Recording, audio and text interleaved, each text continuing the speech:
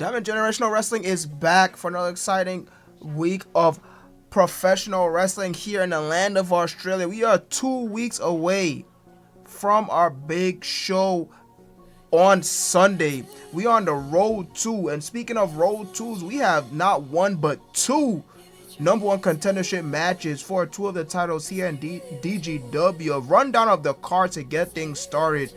Our opening contest, we see the current DGW Tag Team Champion, one half of the DGW Tag Team Championships in one-on-one competition. Kwan Briggs will be taking on DJ Burnstorm. His partner will be in the matchup after that. Silva will be taking on Tanaka. In our second matchup, our third match will consist of two men that we saw on episode 0, but we haven't seen quite since. We've seen them on episode 1, but since then they have been taking a little bit of a backseat. They are back, and those two men I'm talking about, Justice Matsumoto and Ricardo, Choatic, and they will be mixing up against each other face-to-face in tag team competition. Then our first out of two number one contendership matches as a Prestige, Jake Kang and Jay King look to take on Bart Basham and Sean O'Grady. And finally, in our big main event, the Blood Showdown, Ken Ace and Hunter Flynn both have a lot of momentum. They're looking to finally settle who will be the true number one contender for that Blood Championship title. Yes, ladies and gentlemen, a lot happening on this episode. We are 2 weeks away from the bloody new year, and what a beautiful card it will be. Lots to handle tonight on episode 5 of DGW.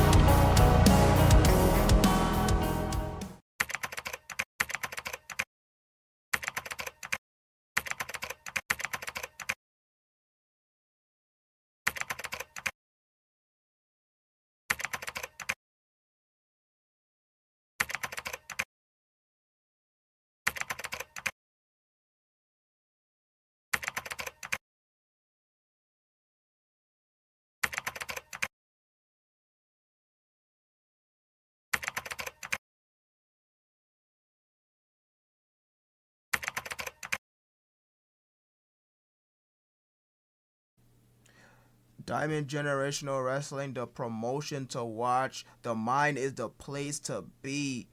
Here up on the card, we're going to see two mainstays in the heavyweight division clashing once again, but in tag team competition, as Justice Matsumoto with Wayne Anderson, his protege, in his corner, taking on Ricardo, Choatic, and Ramirez, who is not his partner, but just in Ricardo's name, you don't know what he'll do or what his plans are next. I expect this tag team match to be chaotic.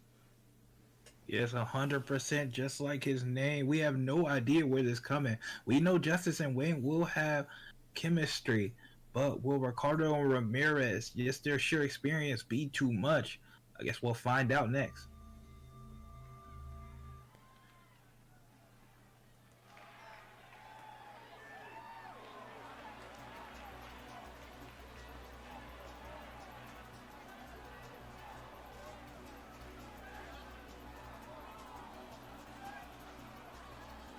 Look at that, Wayne Anderson out here. He is fired up, but he's not here alone.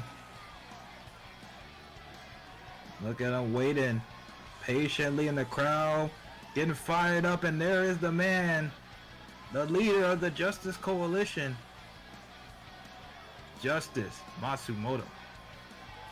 I was just about to say, Wayne Anderson coming out by himself, but no, Justice taking a bit of the dramatic entrance, but Justice looks all business here tonight. Very serious look.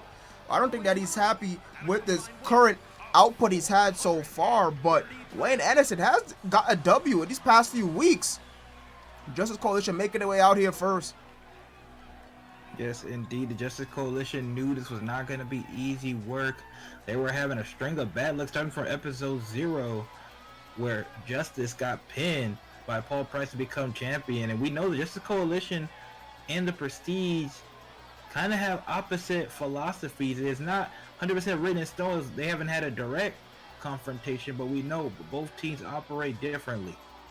And right now, the Prestige are on the up and up, and the Coalition is trying to get where they at so they can challenge once again.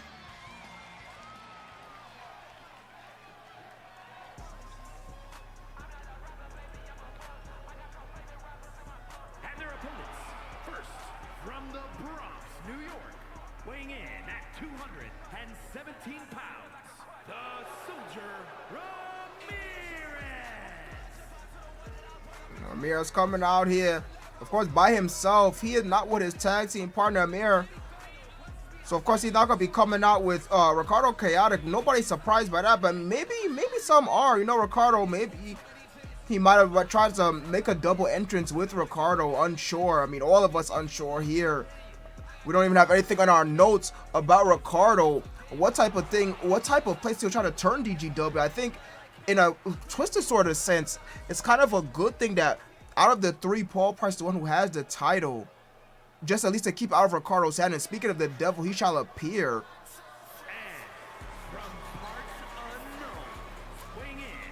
Yes, you 100% right, partner. We know nothing about this man other than he is unstable and unpredictable. Look at him coming down to the ring uncomfortable. Look at the song, just as chaotic as he is. Look at the top hat, the mask. What is that even? Like a torch? A club? I don't know what it is. And the skulls. This man, as far as we know, wants complete and utter chaos here in DGW. If he ever wins the title, who knows what will happen. The whole match card and the whole power dynamic could be switched upside down. Even the back of his entrance card, you see it says Angels of Anarchy, and I believe that's not just to be a moniker either. Here we go, just starting off first. And of course, it's Ramirez, Ricardo on the outside. Let's see what happens here, and there goes the bell. Oh, look at that. Ramirez tried to go to run to the ropes, didn't that? Justice put a stop to that. Bounce off the rope. Beautiful leg bulldog. And now he jumping off. Beautiful moonsault DDT.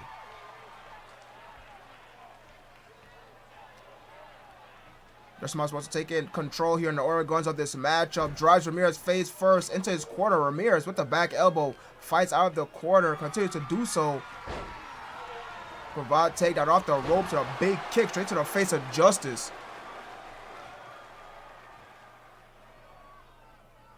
You're right. And another one. A surprising first tag from Ramirez. Here comes Ricardo. Ricardo stops Justice to the punch and brings him down to hard with that German suplex, followed by a huge clothesline. Indeed. No matter what you think about Ricardo, his offensive style is unorthodox. Of course, you would expect that, but also he's a lot more technically sound than you think he is. We saw in that match, the Triple Threat episode 0, that he has a lot of moves that are just very traditional wrestling, but he also might do anything just like that. Shoulder first right into the midsection of Justice Matsumoto, sending him crashing down to the floor. Now targeting Wayne Anderson right behind the referee's back. Wayne fighting back though. And Ricardo staying persistent, drives the tip of the elbow right into the face of Wayne. Justice not liking that at all. Immediately throws Ricardo back into the ring. I think that's a smart move. Indeed. Justice taking another lap. And Ricardo tags.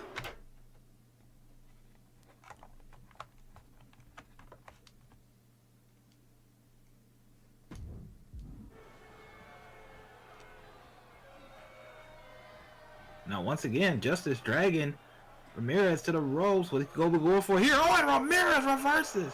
Up and over the top rope. And a tope suicida. Ramirez not wasting any time. And oh my goodness. Almost targeting Wayne there. Wayne got back on the apron. Immediately Justice will get it back up. Goes back to Justice. How fast Ramirez is able to move across the arena like that. Referees count up to 4. So Ramirez continued the punishment on the outside. Indeed, Ramirez, a very fast and serious man. Part of guts and glory. 7 count.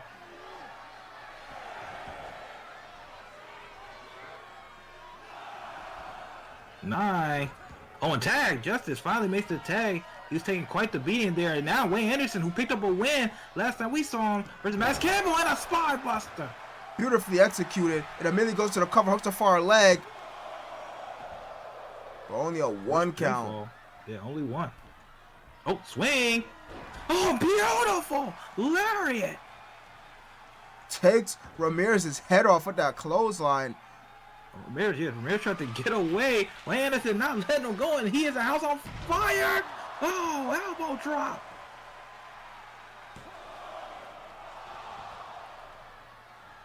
But still only a 1 count. Ramirez a lot tougher than he looks.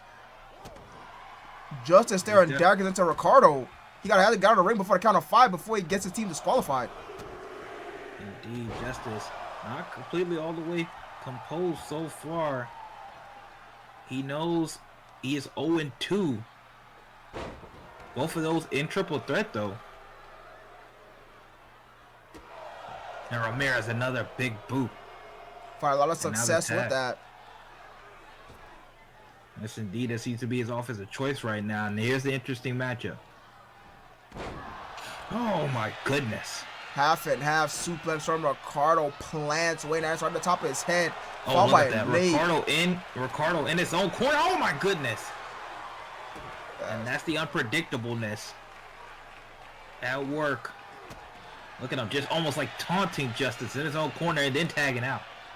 Yeah, getting that cheap shot and then tagging out before Justice even has the opportunity to retaliate. Or Ramirez looking for something big. Oh!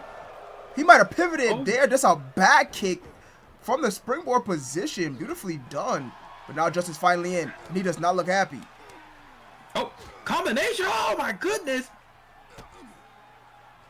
And he's not done. Now the middle kicks.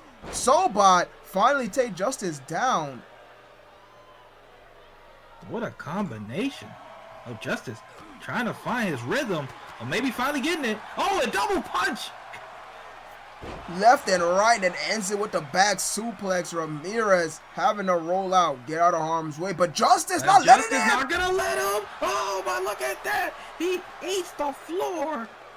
That's why they call it high risk. Ramirez able to move out of the way. But even still landed flat on his back on the outside. Justice still somehow fighting back. Now look at this here. Hold on. Deadlift. Oh my goodness. German on the outside. That will slow down Ramirez in a hurry. I don't care how much intestinal fortitude he has. Oh, and Justice turning up the heat. Referee imploring them to get back in. Just added insult to injury. Makes the tag. Oh, might get 10. And look at that, the Justice Coalition with a count-out victory. Yeah, Ramirez was not getting up after that deadlift German to the outside. And just to add to that injury, getting thrown sternum first right into the steel ring steps. I mean, real mean streak shown from Justice Matsumoto here tonight. Absolutely, Justice Matsumoto showing the Justice Coalition will not be pushed over. They will not be done lightly, and they will not be taken lightly. And the first win for them as a group comes now. What a way to kick off the middle of the episode. What a night it's been here in Diamond Generational Wrestling, episode 5. Australia, the place to be. If you can be here, of course, you're free to watch the VOD at any time at your leisure convenience. We here in the mine having a fantastic time. Semi-main event time as we look to crown a #1 contender for the DGW Tag Team Championship. As the Prestige, who's been on a hot streak as of late, minus the previous show, looking to solidify and take full control of DGW here tonight by getting a #1 contendership, but they have a tall task ahead of them. And the team that they have to face Bar Basham and Sean O'Grady. Sean O'Grady and Bar Basham, they have proven over these past couple of weeks that they are very formidable. They may not look in, especially their demeanor during their matches, but at the end of the day, they know how to get the job done. Yes, indeed, they are slow starters, but they are to be taken seriously. The Prestige, a minor setback last week with the loss in the 6-man tag, overwhelmed a little bit by the pure power and experience of the heavyweight division coming together with a task in mind. But we've seen their prowess in tag matches. If anything like the showcase, it should be a very good one here. The Ring Kings, Prestige, should be interesting. Should be very interesting. And the Prestige make their way out here first. DGW faithful that are forming here as we continue to have shows and continue to build our brand is coming to be conditioned to think that when they see these two out specifically in the tag environment, they're going to get a W. Will they be able to keep that though here tonight? Indeed, this will be no light task for either side. The Prestige still looking to capture all the gold. I mean, and they're going to be another step closer if they can win the tag team titles.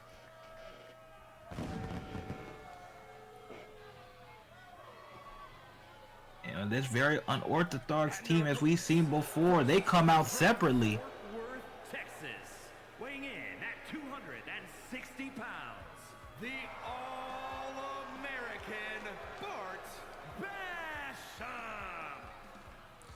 Bart Basham coming out here first. He is the type of man, what you see is what you get. All-American, and he means it. Look at him getting into it with Australia faithful here.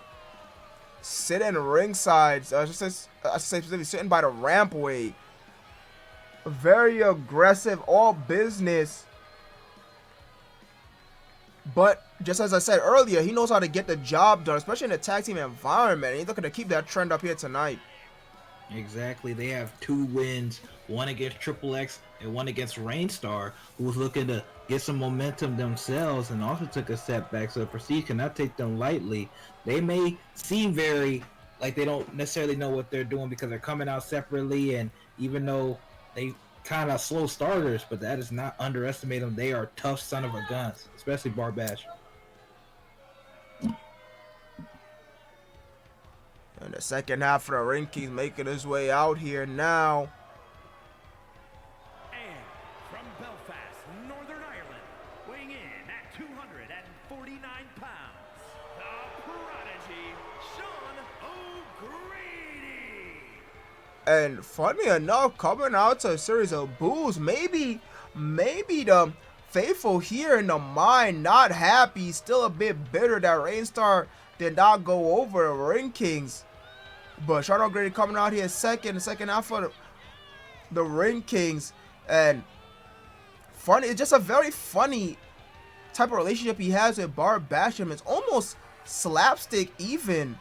But Sean O'Grady will go out there first and then pretty much get slapped around.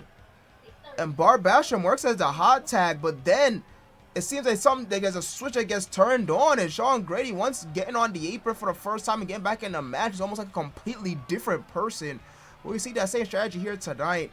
I'm not sure, but regardless, the Ring King know how to get the job done. If they didn't, they wouldn't be in this situation. Indeed, you're very correct. Yes, like you said, it's very almost slapstick. Like Sean O'Grady is more like a muscle head. Very simple, very straightforward, but when the bell rings, he could be very dangerous just as anybody else could here in this promotion, DGW. But Bart Basham, we know he is the straight man of these two, and I mean that in both the comedic sense and the literal sense. He's the brains behind this operation. But here they go, Jake King, Bart Basham. Bart Basham already showing that strength, just completely throwing off that Carnival tie-up, and then Snake Eyes in the neutral corner. And, oh, look at that, the choke. They're not afraid to get the job, especially Bart Basham. He's not afraid to get the job done. Excuse me. Yes, Jake King. We already saw him get taken advantage of last week. He's going to have a rough time here again. big knee straight to the face. It's open bar bash him and now an elbow. That's 3 attacks straight to the face. And J King will take a quick succession, but he's still fighting back. And immediately gets the tag. I think he got his bell wrong there early. And he tried just the smart thing there. Turns it over to J King. Big on the 2. Detonator kick. Look at Bart Basham though, fighting out. Oh, dodge! Oh, and then a takedown. Hammer fist strikes.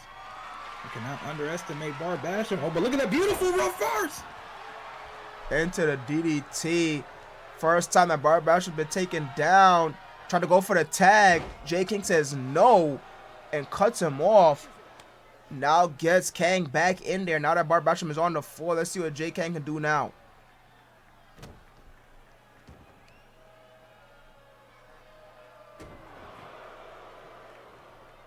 On the step over, JK showing a little bit of his mean streak. Probably a little pissed off for the past couple weeks. He has not had the success lately. But like Paul Price said, failure is not necessarily a setback for them for their ultimate goal. That was a very interesting prep talk that we saw. As you see J King just take Sean O'Grady off the apron and tornado. Oh my goodness, take care of both of the Ring Kings in quick succession. That was a hate to cut you off. That was a very interesting conversation. We saw a prep talk from Paul Price to J King. Not really quite sure what he meant by that. Indeed, I don't either. I was just going to comment. All we can do is speculate. But I thought it was just very interesting him saying to his own super rookie that failure, he's not necessarily worried about. I mean, most factions and groups you would see, that's almost all they would care about, success and failure. Normally, you know, bad things would happen if you did fail. But that doesn't seem to be the case here with the Prestige. And I wonder why that is. If I could take just a guess at an educated guess as J King brings Bart Basham into his corner and double super kick from the Prestige. Bart Basham says hell no and makes the tag. Here comes Sean O'Grady. He's still down. He just moved up enough just to get the tag. Smart idea. If I was to take an educated guess, I think that Paul Price is trying to get J King to get his reps in as quickly and fast as possible. Almost a trial by fire, if you will. Trying to groom him into that top spot and maybe even that transition into the heavyweight division later down the road. A big right hand, trying to upgrade in neutral corner to J King. Yes, I'd probably agree with that. He seems to have his own vision, his own plan, and he wants the Prestige to take over, but he knows that will not be an easy task. Especially with the sheer amount of veterans like Bart Basham, man. Oh, look at that, a kick out without even one. Good job by JK. Oh, look at this. Bart Basham dragging him to his own side. Is that a little taunting there? Shot right across the chest and then right up front of J King. Working on the knee. Try to take away some of the mobility. Irish whip drop down. Second one. Bart Basham looking for something big here. And it's a punch straight to the midsection. Old school. Then a clothesline turns him inside out. You know, you could also look at it in another way. J King makes the tag. Oh, quick single leg takedown. Think about what Paul Price didn't say. That's a direct acknowledgement of the ferocity of the roster here in DGW. But once again, the same reversal by J King. Exactly, that's the difference. A little bit difference between J King and J King, the veteran experience, and that's why they're tagged together. Maybe that's also the reason why he wanted him to start in this tag division, to be watched over by the watchful eye of this elite second in command. Once again, it tags him once again in a favorable position. Oh, he's looking for it, but Bart gets off the apron and now targeting Jay. Oh no, instead, just misses. Oh, do-si-do. Look at that. Bart trying to use his veteran experience to outmaneuver. That's why he is who he is. Oh, look at that. Takes a blow. Oh, but look at this. Oh, Flavor. Oh, but but Jake King fights out. And quickly at that, did not want to be in a vice side grip of Bar Basham for too long. From his current position, Bar Basham fighting his way out of it. Oh, and a beautiful Northern Light. And the pin. Right in the face of Jay King. And he didn't move. He did not move. Jay King successfully kicked out, keep the matches alive, and now Sean O'Grady once again tagged in. Get a roll. Oh, look at the power. The mat wrestling on display from Sean O'Grady, and 2 clubbing blows. Take Jake down, quick tags from the Ring Kings. Ring Kings have been in very solid control, especially when Jake King has been in here. They're taking advantage of him. And now trying to take out Jake King.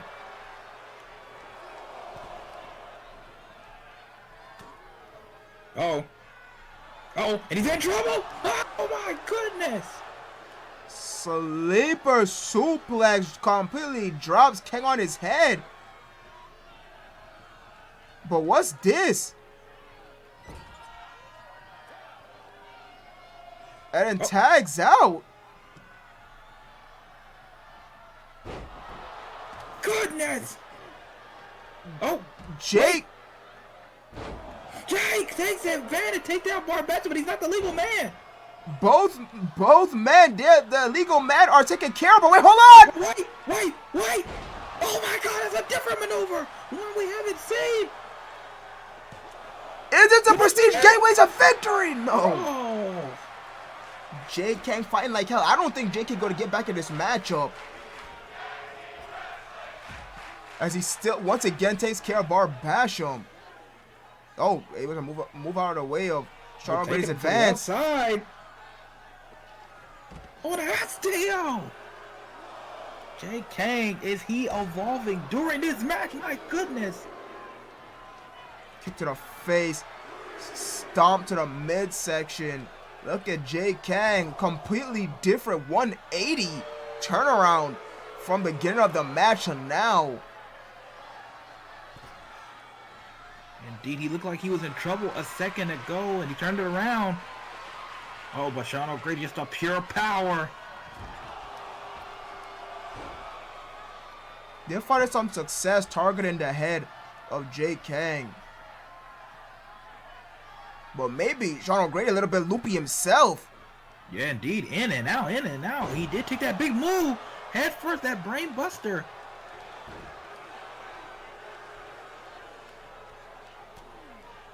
Uh-oh. German! And look at the flexibility. Now Sean O'Grady going up top. Sean O'Grady up top. What's he going for here? Oh, the missile front drop kick.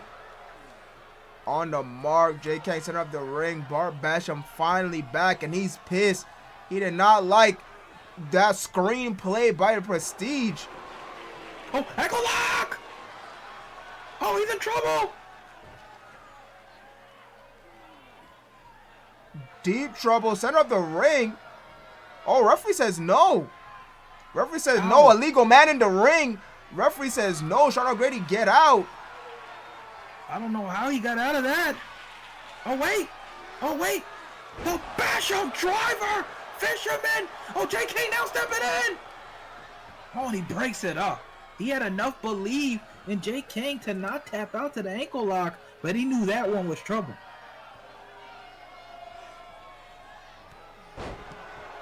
But he's already going in now. Jake King has to get out of this, or by he himself. won't get any more help. Oh, wait. Oh, no, he can't. Look at that, the cloverleaf. Cloverleaf cinched in. Wrenches it back, and King taps. And the Ring Kings 3 in a row. And there is that planning. The search and destroy. My goodness, what a fight. Jake King proved his resiliency, but there's only so much you can do when you get divided and conquered like that. What a matchup. The Ray King, though, successfully punched their ticket for a title match at the Bloody New Year. It should be a good one. I wonder if we could get a word with them later on, but what a performance from the Ring Kings. It's main event time here in Diamond Generation Wrestling here in the Mind, as things are going to get bloody. We're on the road to the Bloody New Year, and what a way to cap off this episode. Second to last episode, the episode right before the go home show. Ken Ace and Hunter Flynn will mix it up to decide a number one contender for that Blood Division Championship. Yes, absolutely. This should be very interesting. Ken Ace, Hunter Flynn, two veterans of the game. Two different contrasting personalities. Ken Ace, I wouldn't say intense, but he's very confident. And he likes to go out there, and I guess you could say the equivalent of having fun, but I don't know how much fun you're having getting blasted with weapons. But he's just a guy who loves pro wrestling. And Hunter Flynn, not that much different, but there is a cool contrast between them. But Ken Ace is one of those guys with just his size, his resiliency, his guts, his moxie. He's not necessarily a guy you want to face, because he will be as tough as anybody here is in Diamond Generation Wrestling.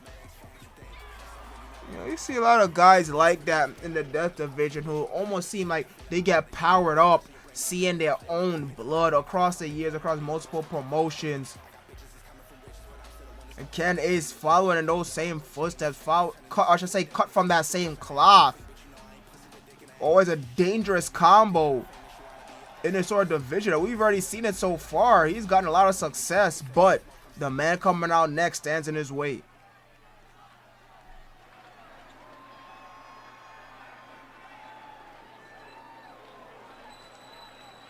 And his opponent from Glendale, Arizona, weighing in at 243 pounds, Hunter Flynn. Yes, and that's what makes this man so interesting. He does not seem to be built the same as most of the people in this Death Blood division. He is a man that is very cool, very calm, very collected. He is very just, I mean, he's a vet, of course, but it's just very different from how everybody else is. He's not the biggest, he's not the strongest, he's not the fastest, but he knows what he's doing in the ring. But I will say this, similar to what you need to survive in a division like this, he is very, very competitive, contradictory maybe to how he look and how his demeanor is. Yeah, we saw him. He got that win in a tag team matchup, teaming up with Flash Mercer, and then he defeated Flash Mercer pretty handily at that in a one-on-one competition. Absolutely picked him apart. Maybe he picked up some of it from them tagging together. That's what I'm saying. Yeah, I think to be in a division like this, you do have to have a certain level of ruthlessness to you, but also the man is just very smart when it comes to being a pro wrestler. Not necessarily calculated, but very smart.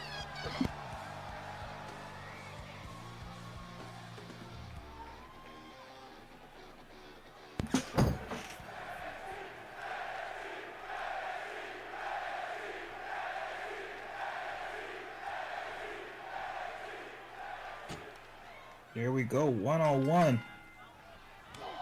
Extreme rules in the Blood and Death division. Oh, look at that. And look at this is exactly what we're talking about. Oh! What a mule kick from Hunter Flynn. Starts out strong combinations. Now off the rope. Springboard clothesline. Keeping a very fast pace. Ken Ace not gotten any offense in so far. Hunter Flynn looks like he's trying to end this quickly, but I don't think it's going to be that easy. Oh, but my goodness. Jumping into Guri once again takes Ken Ace off his feet. And now going up top. Hunter Flynn showing a very high-flying like moveset. What a leg drop. That's not a move you see by everybody every day. That's a really high risk. Hurt your bosom if it don't work out. And he is nailing on Ken Ace. Hunter living up to his name. Not even letting Ken Ace breathe. And now we'll see our first instance of weapon seer. What's Hunter Flynn gonna go for? It's a sledgehammer. Oh my goodness. Two. Straight to the midsection. Oh, and finally, Ken Ace gets his first strike in. He's already charging up. Oh, and that spine first right across the neck of that sledgehammer.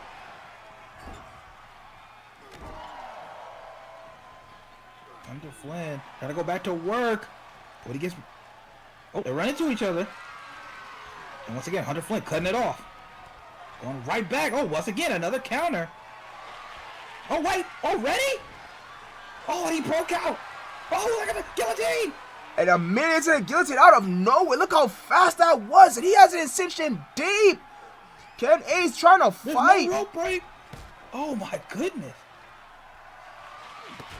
And a bad right back to the midsection. Trying to take the remaining win. It might be over. It might be over.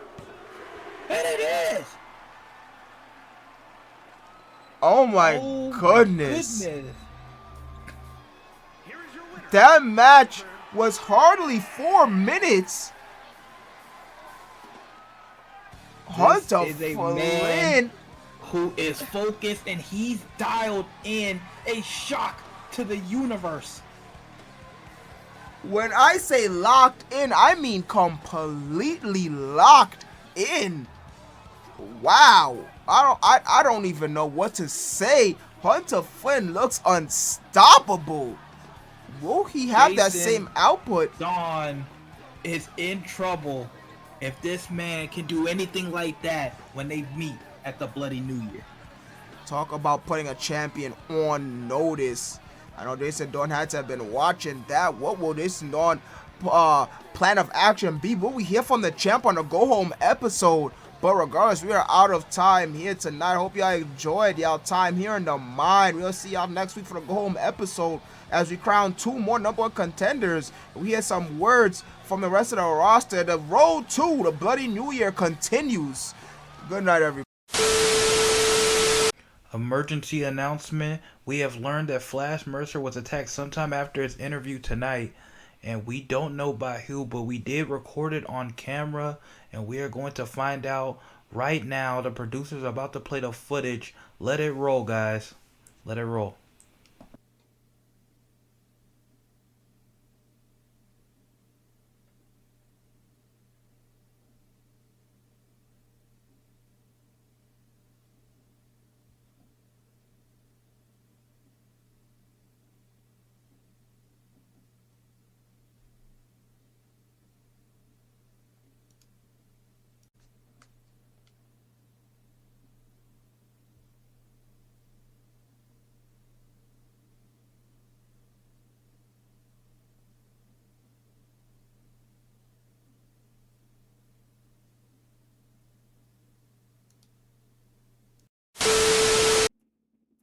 Here is some future notes for episode 6 matches scheduled. Max Campbell and Def Bison will take on Flash Mercer and Zach Taylor. And then Wayne Anderson versus Blue Toro versus Black Lightning Jr., a triple threat for the #1 contender for the TV title. And then Pat Awesome versus Jake Shield, undefeated versus the also one #1 contenders match for the DGW World Championship. All right, everybody. See you next time.